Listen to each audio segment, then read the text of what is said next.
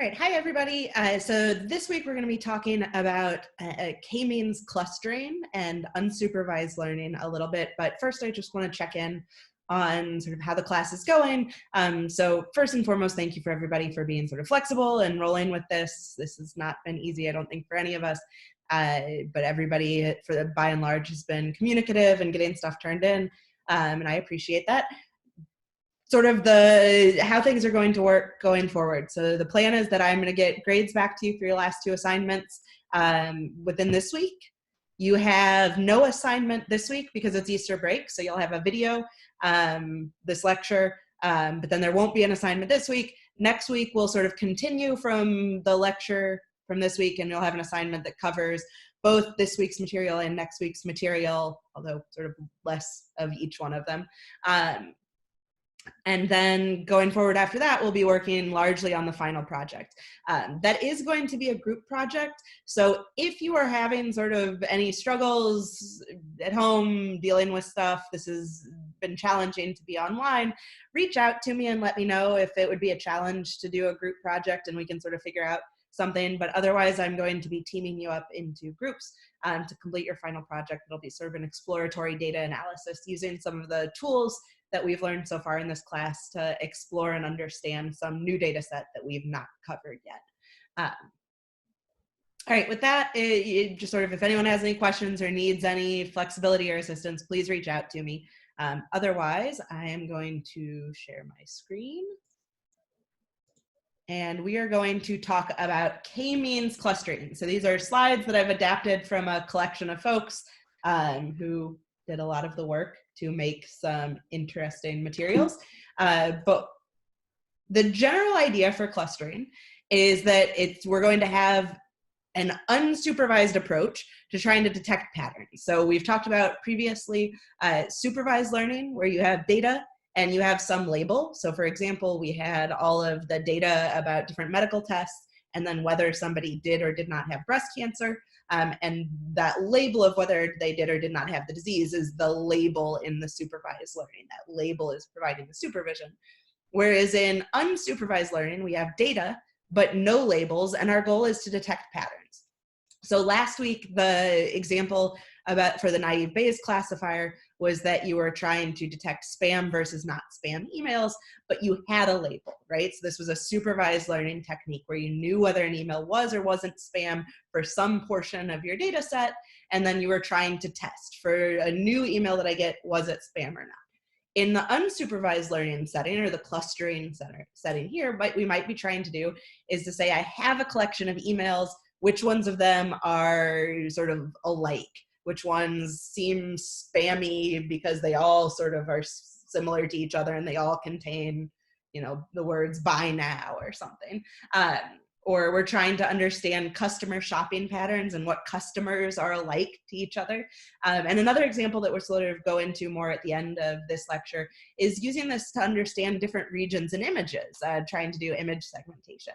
This is really a useful approach when you don't know exactly what it is you're looking for. You have a lot of data and you're trying to detect the patterns within it. The picture of the funny little baby on the side here is because this is what humans actually do. So when we're born, we don't really have a good understanding of the world around us, and we watch and we observe patterns and we learn how to interpret them. We detect patterns in the world around us, and that's how we learn. So this is the idea of unsupervised learning is sort of human-based, or animal-based. It's what we believe that people and animals do when they're born, and that's how they learn.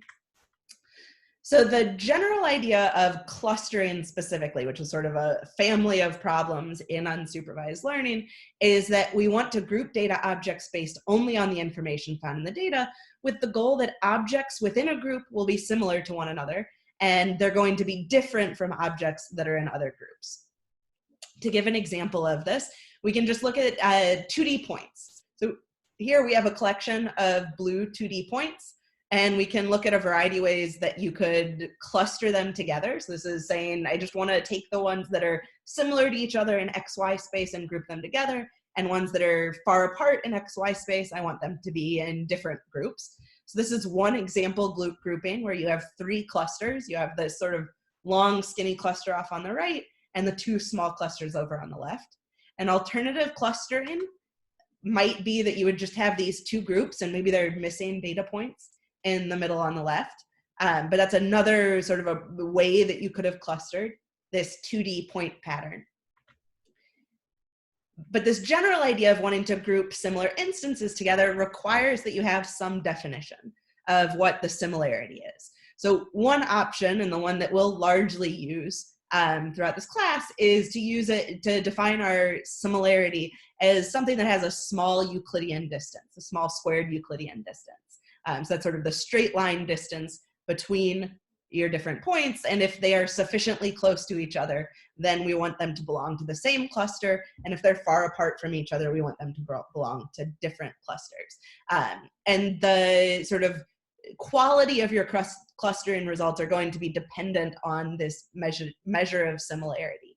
So if your measure of similarity doesn't work well for your data set, and we'll see this later in the slides, then you may not get very good clustering results. There's some examples of how this actually gets used in the real world. So the 2D points are sort of a cute toy example. But so here we have an image, and the goal is to break it up into meaningful or perceptually similar regions. So we want to have the coastline in one cluster, and we want to have the grass in one cluster, and the sky in one cluster. And so one way you could do that is to take the color of each pixel and say, I want things that are similar colors. There's a small distance between their color features to be grouped together, and things that are very different colors to be grouped into separate clusters. So here you can see these boundaries showing actually what gets clustered together, where things that are kind of brown are clustered together into one cluster, the grass that's all green is another, the sky is blue, the clouds that are white is another cluster. So that's showing how clustering can be used in image segmentation. It's also used in biology to try and understand things like gene expression. So if you have the DNA sequences and you're trying to understand what specific parts of the gene are being expressed or correspond to what specific parts of the DNA correspond to specific genes, you can use clustering to do that. And so the algorithm that we're specifically going to be talking about for how do you perform this clustering is something called k-means clustering. So I'm going to step through the sort of the steps for this, some of the definitions that are useful, and then we'll actually look at some examples of k-means being used. But sort of some of the basic ideas of k-means is that each cluster is going to be associated with a centroid. So the centroid is the point at the center of a group, and all of the things that belong to that centroid are sort of define the cluster. So every single data point is assigned to the cluster whose centroid is closest to it. And one caveat is that in order to use this k-means algorithm, the very first thing you have to do is to specify the number of clusters, or k, the value of k, that you're going to start with. And I make the point that can actually be hard, and we'll talk about that later on, but picking the appropriate value of k is one of the big challenges with k-means. But then once you sort of decide you're going to use k-means, you set a value of k. It's the sort of simplest approach to this unsupervised clustering. So the very first thing you do is you've defined k, and you're now going to pick k starting points as cluster centers. And how you pick those sort of varies, but you can imagine you're just going to pick k random points, and those are going to be your cluster centers. And then you have an iterative process. So the first thing that happens is you assign data points to their closest cluster center. So you take every single one of your data points. So if you imagine the XY example, you're going to solve for the Euclidean distance from each one of those points to every single cluster center that you initialized in the step before. And then it's going to, each point is going to get assigned to the cluster center that it's closest to.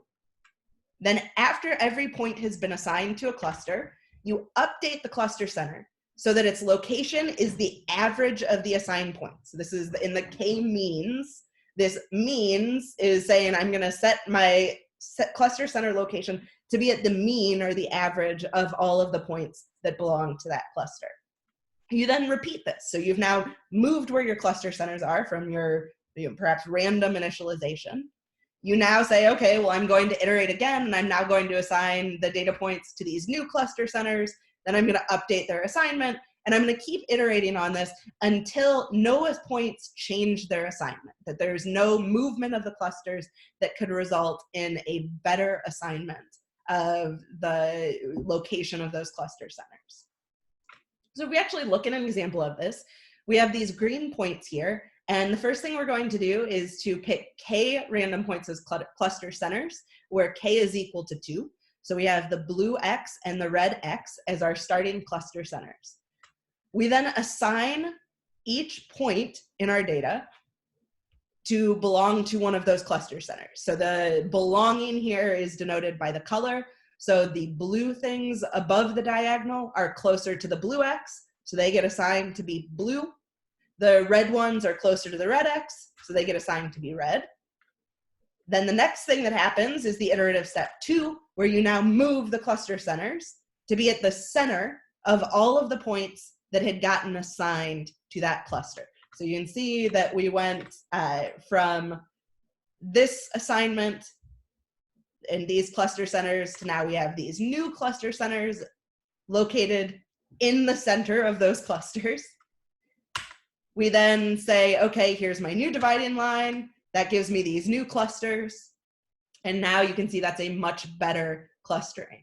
So that we have sort of this region down on the left, those all belong to the blue cluster. This region up on the right, those all belong to the red cluster. So this went from something that was obviously sort of a poor clustering, where the things along the upper left belong to the blue one, the things on the bottom right belong to the red one. We now end up with a much more reasonable clustering using the k-means algorithm. We can look at another example of this. So here we see the data has already been initialized at this point to we have 3 cluster centers. So the cross up here is one center, the cross here is another, and the cross here is the third.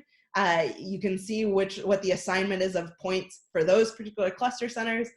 We're going to jump a few iterations, but you can see after the third iteration, the cluster centers have sort of moved to be a little more reasonable, where you sort of have this division of the 3 sort of points, the 3 corners of this triangle.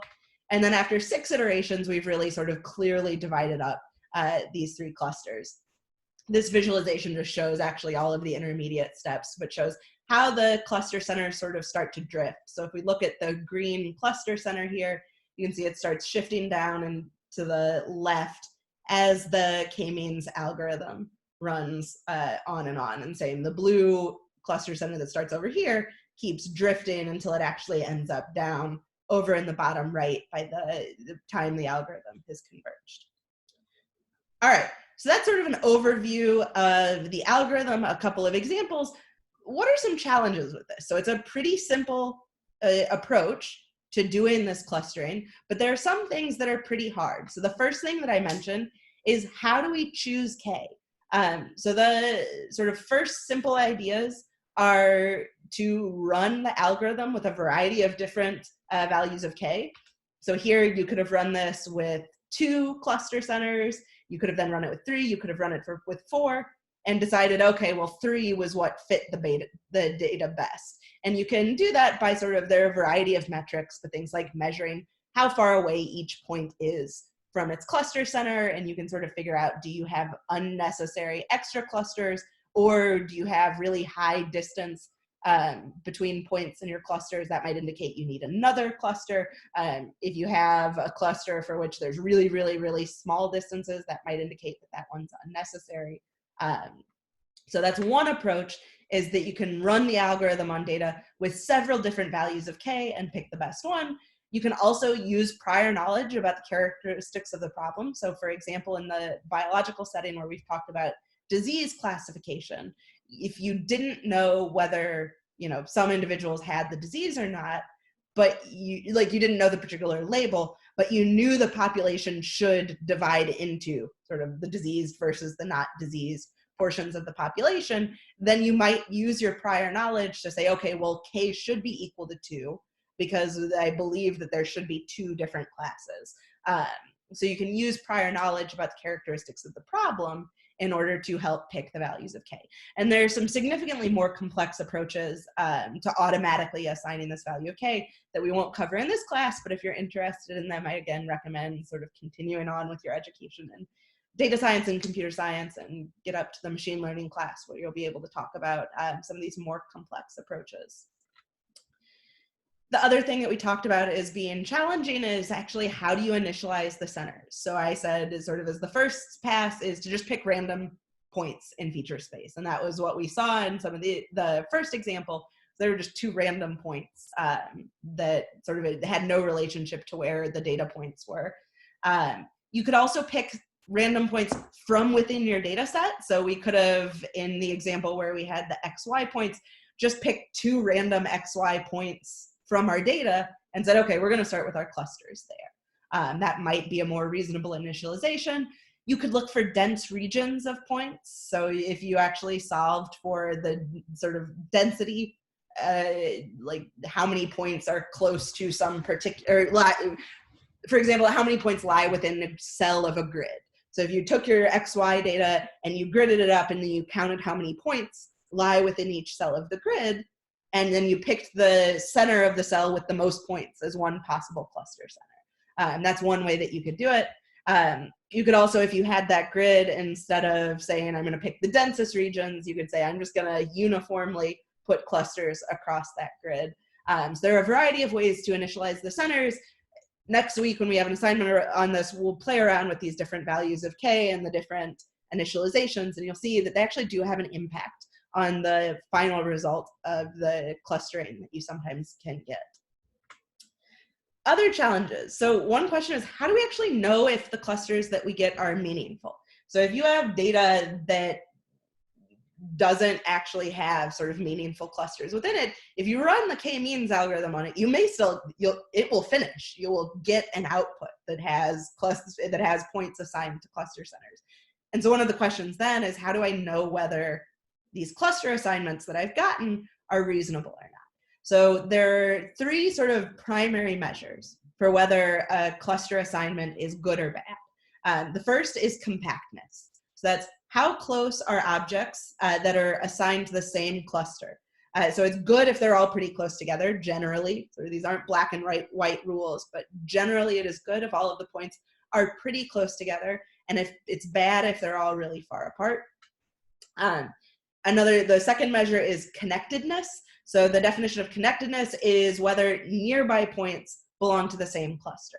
So if you have 2 points that are really close together, as in our XY space, if there was something at 1, 1 and 2, 2, you might have the question, do those belong to the same cluster center or do they not? And sort of over your entire data set, it is good if nearby neighbors belong to the same cluster, and it's bad if they generally don't. And then the final measure is separation. So how far apart is one cluster from another? It is good generally if clusters are far apart from each other, and it's bad if they're right on top of each other. So we can see some examples of this. So on the left side here, we have the green cluster and the purple cluster. And you can sort of pretty reasonably say, well, it would have been better if we had one cluster here. And on the right side, similarly, it might have been better if you had 2 clusters. So if we go back and we look at sort of these measures of so for example, connectedness, and we look at the green and purple plot here, and we look at some of these points that are kind of close to each other. So for example, this point here, this green point and this purple point, the fact that those are close to each other but belong to different clusters is sort of a measure that the connectedness of this is problematic. Similarly, on the right side, we can see that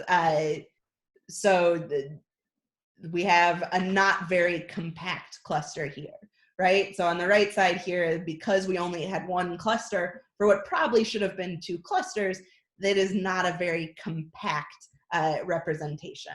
This is really spread out because it would have been better for that to get broken up into 2 clusters. So this plays with the sort of trying to understand appropriate value of K in addition to this understanding of whether or not you got a good representation at all. So in both of these cases, these wouldn't be very good clusterings, but you might have been able to get a good clustering if on the left you had had one fewer cluster, and on the right you had had one more.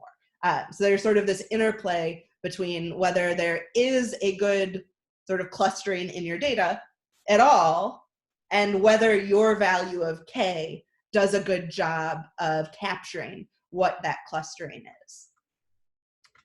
Something else that is problematic is when your data could be clustered, but that clustering isn't captured well by the similarity or distance metric that you're using. So here we have our X and Y data, and if we were to use our Euclidean distance in this XY space as our distance metric, we would get a good cluster for the red points in the center, but the cluster center for these blue points would be in the exact same place as the red ones, right? Because the point that is closest to every single one of those blue points is at the XY origin.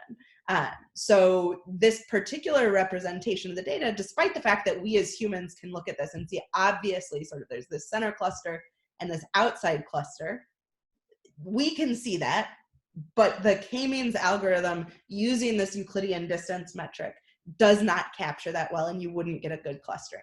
One of the ways of dealing with that is just changing our representation of the data.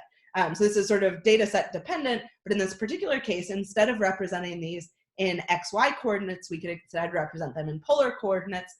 So here now our x-axis becomes the angular axis, the theta axis, and the y-axis becomes the radius.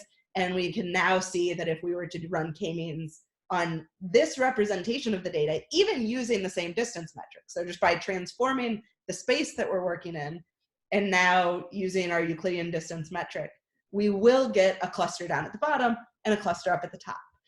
So we sometimes may have to think about either the representation of our data or whether our similarity metric that we're using sort of works well for that representation.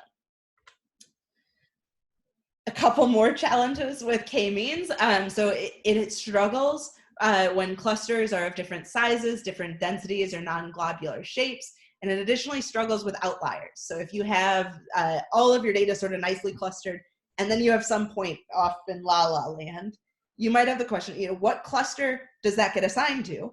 Well, it's going to get assigned to whatever the closest cluster is, but that means that the cluster center for that cluster is going to get dragged towards that outlier. And that makes it a worse representation for all of the other data points because it's now having to account for that outlier. So that's just sort of something to consider when you're working with k-means, is that it is really sensitive to outliers.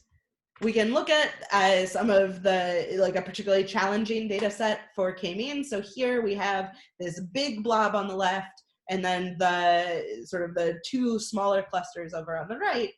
If you were to run k-means, sort of random initialization, default parameters on this, you would get out the clustering that shows up on the right.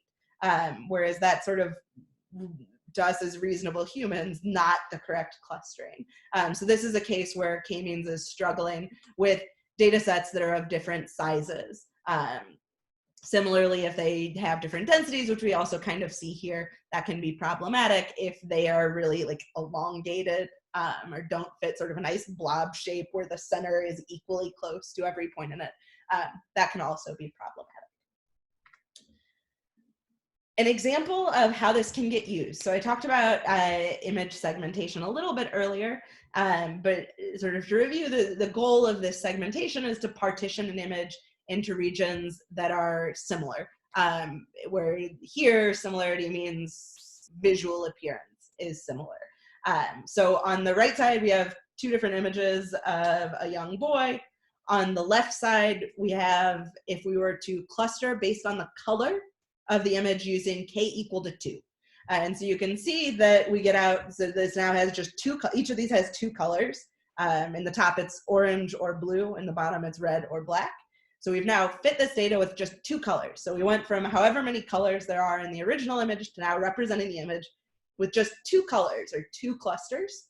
And you can see that we can make out that there's a boy in the image, there's a little bit of the background. We can then start increasing the number of clusters that we're using. So now we increase it to 3. We now have 3 colors that we're using. So it's like yellow, brown, and blue in the top. It's the sort of pink, dark pink and black in the bottom. And you can actually start detecting much more of the image. You can really make out the boy's facial features. You can make out the details on the car seat. If we increase that up to a K equal to 10, you almost have the original image reconstructed. And so on the bottom, I'm showing percentages. This is what percentage of pixel values are required to reconstruct the original image. So when K is equal to 2, you get that representation of the image using only 4% of the pixel values of the original image.